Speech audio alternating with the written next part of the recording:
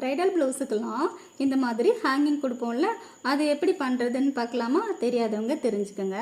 நான் இந்த ப்ளவுஸுக்கு double layer கொடுக்குறேன். ஆல்ரெடி நான் ஃபஸ்ட் லேயரை முடிச்சிட்டேன். இப்போ செகண்ட் லேயர் பண்ணிகிட்ருக்கேன். ஓகே, அது எப்படி பண்ணுறதுன்னு பார்க்கலாமா? நான் ஆல்ரெடி பண்ணியிருக்கேன். ஃபஸ்ட் லேயரில் கேப் விட்டு பண்ணியிருக்கேன். இப்போது அதுக்கு சென்டரில் நம்ம எடுத்துக்கலாம். அப்படி எடுத்துட்டு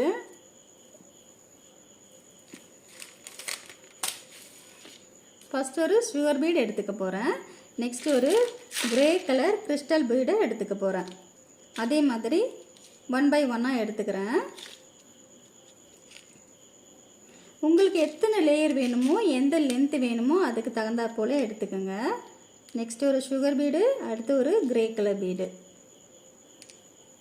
ஓகே, நெக்ஸ்ட் ஒரு சுகர் பீடு எடுத்துக்கிறேன். அதுக்கப்புறமா ஒரு ப்ளூ கலர் கிறிஸ்டல் பீடு எடுத்துக்கிறேன். எடுத்துட்டு ஒரு சுகர் பீடு எடுத்துக்கிறேன். இப்போ எடுத்துட்டேன்னா எடுத்துட்டு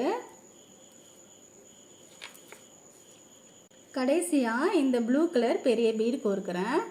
இப்படி கோர்த்துட்டு நெக்ஸ்ட் ஒரு சுகர் பீடு எடுத்து கோர்த்துக்கிறேன்.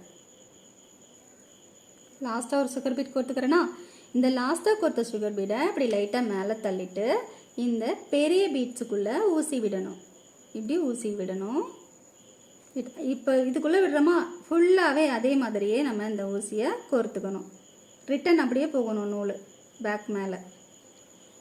கொஞ்சம் கொஞ்சமாக கூட நம்ம வெளியே எடுத்துக்கலாம் நூலை.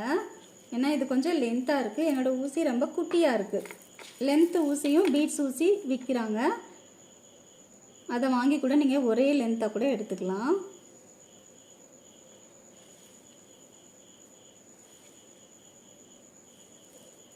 இந்த மாதிரி இப்படி லாஸ்ட் வரைக்கும் எடுத்துடணும்.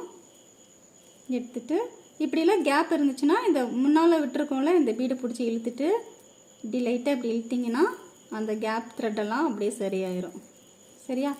அதுக்கப்புறமா கடைசியாக கொஞ்சம் முதல்ல நம்ம தைச்சதெல்லாம் டிஸ்டர்ப் பண்ணும், அதை பார்த்து பொறுமையாக பண்ணணும்.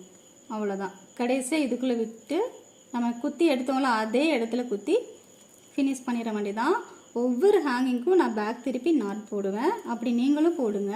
அப்போ தான் அது சீக்கிரம் பிஞ்சும் வராது, லூஸ் அடிக்காது, இந்த மாதிரிலாம் ப்ராப்ளம்லாம் வராது. இந்த மாதிரி திருப்பிட்டு கட் பண்ண கூட தேவையில்லை. நெக்ஸ்ட்டுக்கு நம்ம போய்க்கலாம். ஆனால் பேக் ஒவ்வொன்றுக்கும் நம்ம நாட் போடணும். ஓகேவா? சரி, வீடியோ பிடிச்சிருக்குன்னு நினைக்கிறேன். வீடியோ பிடிச்சிருந்தா லைக் பண்ணுங்கள், ஷேர் பண்ணுங்கள், கமெண்ட் பண்ணுங்கள். மறக்காமல் சப்ஸ்கிரைப் பண்ணிக்கோங்க. ஆல் பட்டன் அமர்த்திக்கோங்க. அப்போ தான் நான் கொடுக்குற யூஸ்ஃபுல் வீடியோ உங்களுக்கு நோட்டிஃபிகேஷனில் வரும்.